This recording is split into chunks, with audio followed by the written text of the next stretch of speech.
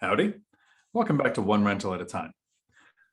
For this first video today, I'm going to steal Mike's channel and I want to flip the table.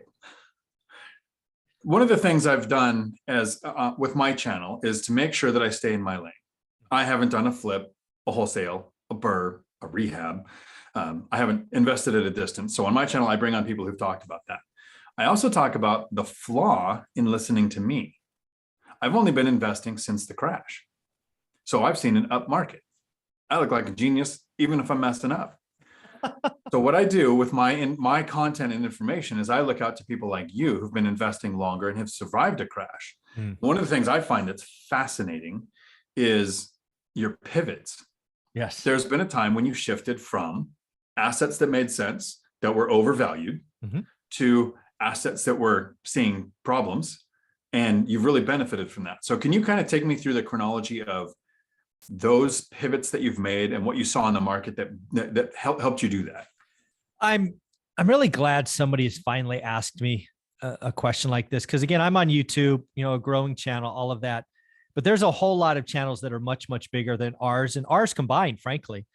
And near as I can tell, they don't have 1/10 of the experience. And more importantly, they haven't changed, right? One of the things about investing when you've been doing this for so long is one idea never works forever, right? You've heard me interview experts on my channel over the last couple of weeks, pivot to below the affordability line, and they're flipping and they're not, or all of these things. So if I look at my 22 years of this, there's kind of 7 or 8 major steps. And of course I didn't get them all right, but we're going to go through them together. So my journey starts after losing $150,000 in the stock market. I spend roughly 9-12 months looking in my backyard. I happen to live in one of the most expensive parts of the world, but I didn't know any better. So I wasted, let's call it a year, learning my buy box, learning my skill, which ultimately sets me up for the future. But I will freely admit I wasted at least 6 months of just beating my head against the wall, because everything I read, Dion, said, invest in your backyard. Olivia, who is my partner in all of this, far smarter than me, sat me down about the year mark and said, I'm not shopping, because we spent every Sunday trying to find this magic cash flow house. And she said, we're not doing it anymore. I'm done giving up my Sundays. So ultimately we find Fresno, California, 2.5 hours away. It meets all our criteria and we start our journey. So my first mistake was investing in my backyard. I wasted the first 6 months. I learned a skill, which I now use 20 years later. The second 6 months, I think, was wasteful. I could have found Fresno earlier. So that's mistake number 1. But now we're in Fresno, right? We buy our first house, cash flow, North Drive. We write about it in our book. We deploy $40,000 into 3 houses over about 18 months. Now I'm broke.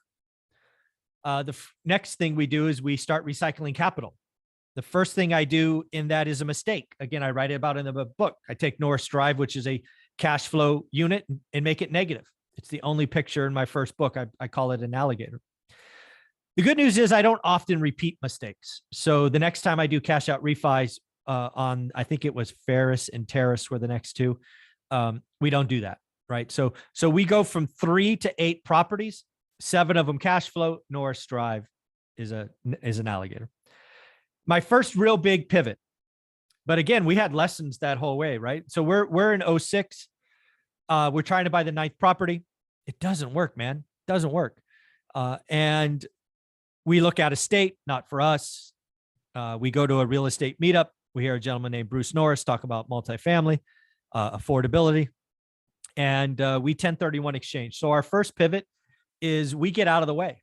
What ultimately becomes the great financial crisis, or GFC, our housing crash, my market falls 75%. We're not touched. We've 1031'd all of our equity, which was massive, into 80 apartment units.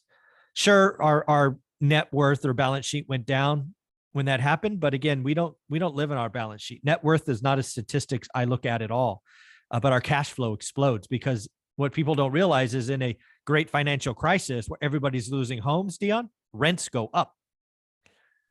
So again, we were doing pretty well. So I've been I have more to come, but I just want to see if there's any questions on those first kind of 3 or 4 things. There is one. I was actually curious. I've heard you talk several times about, the housing market's largest crash in the last 50 years is 8.9% as a whole housing market. But there are pockets, like when car manufacturers move away from one area, it doesn't recover still. And then Silicon Valley .com crash. I mean, locally you can be impacted more. So your market dropped 75%. In that market, what happened with rents in 2009 and 10? Yeah, rents went up. We were flat rents for about 4 years. We had to do move-in specials 05, 06, 07 because everybody was buying, right?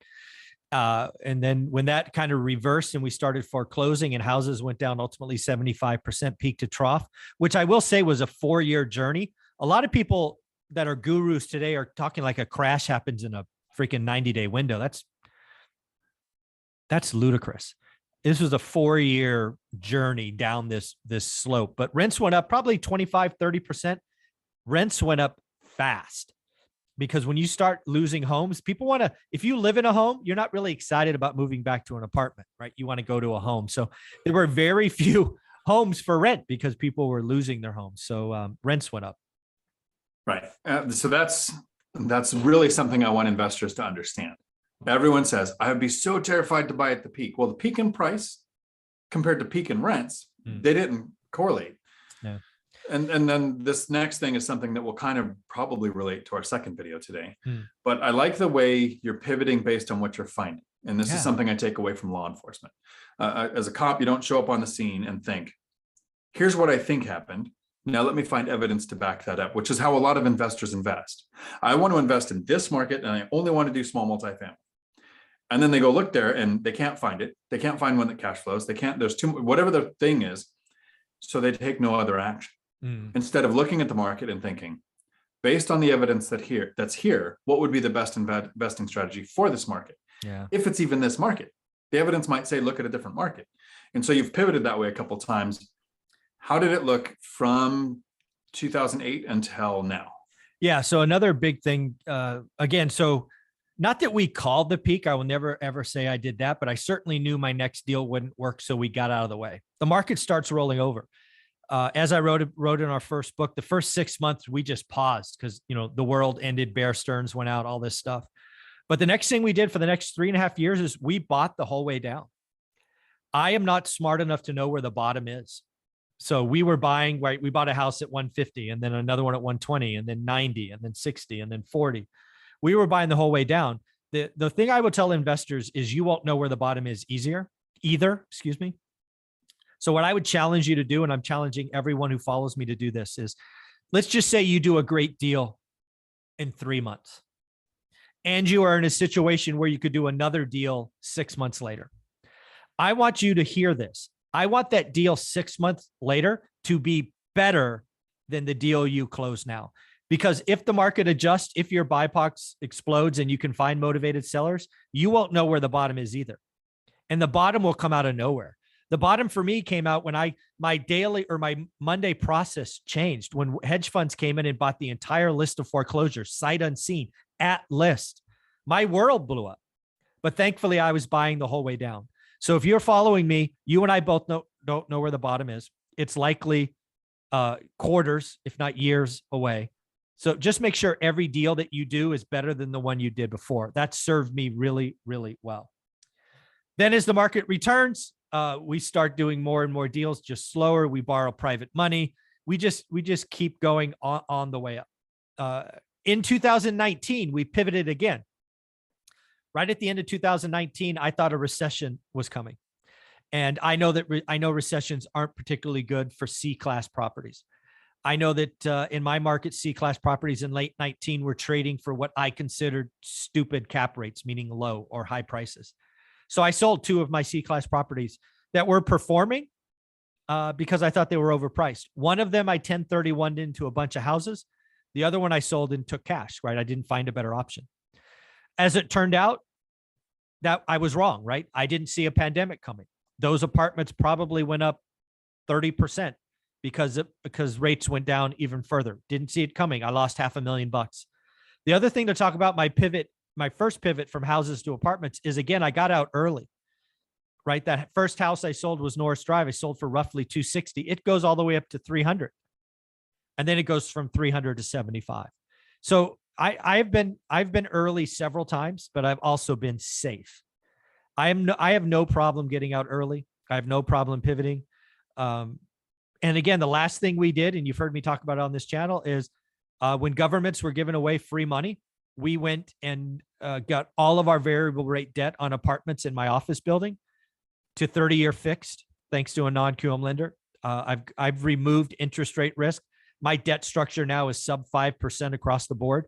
I am fine, crash or no crash. My debt is fine, fixed, all that good stuff. So lastly, we also raised dry powder because I know that there was pain coming. And again, all these things are on my channel. So when I think about the channels calling for a crash and being a broken clock, that's all they do, I kind of laugh, because in 22 years, I think I've made 5 or 6 great pivots. I've been early probably every time, but also safe. And I'll throw my track record up against any of these other folks. So this has been fun to talk about. I don't think I've shared the entire timeline before. I've talked about individual pieces, but not the entire timeline. So there have been some major pivots that you've done, going from single to multi. You're still in the same asset class. You didn't say, okay, real estate's no good, I'm going to go do crypto, or I'm going to do stocks, or any of the other options out there. But to steal from a stock theory, sure, dollar cost averaging, yeah, right? The problem I have with anybody saying wait for the crash or correction is you don't know when that bottom is going to be. You don't know when it's going to turn around. And when it is on its way down, most people are going to be afraid and lenders are going to disappear. Oh, yeah. So if you're buying all the way down, taking the opportunities you can, and like you said, you didn't do minimum, maximum. You didn't like time it just right to sell at the peak, but you profited. You were safe. You didn't lose. And for me, the last 2 years, we've been saying, based on all of these things going on, here's why you should be hunting for great deals and taking action. And now, based on what we're saying in the next 2 years, here's all the reasons why you should be hunting for great deals and taking action. Taking that dollar cost averaging from stock investing and applying it to real estate. In my world, a lot simpler because I haven't pivoted. I haven't done the big changes like that. That's why I watch your stuff. Yeah.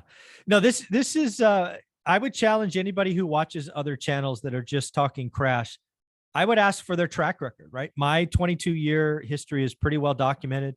I've been written up, Business Insider did a report that talked about the track record and where we are. It's all documented. People have gone back and researched it.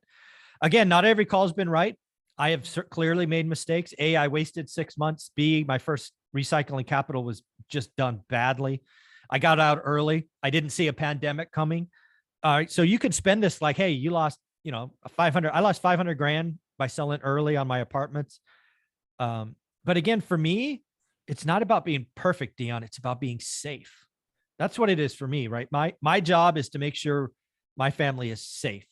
And if that means I get out a little early, so be it. I think a lot of the people that watch our content are working on or starting the path to financial freedom. Once you reach financial freedom, how much beyond that you go is just a mental exercise. Agreed. I mean, yeah, it's nice to have more, right? It never hurts to have more that way. The more money you have, the more people you can help. So I get that we shouldn't put a limit on how much we want to make. But after financial freedom, the people who are still working on getting there should focus on their asset class. Yes. Especially when it comes to watching some YouTube channels who became so large that their revenue source is YouTube. Yeah.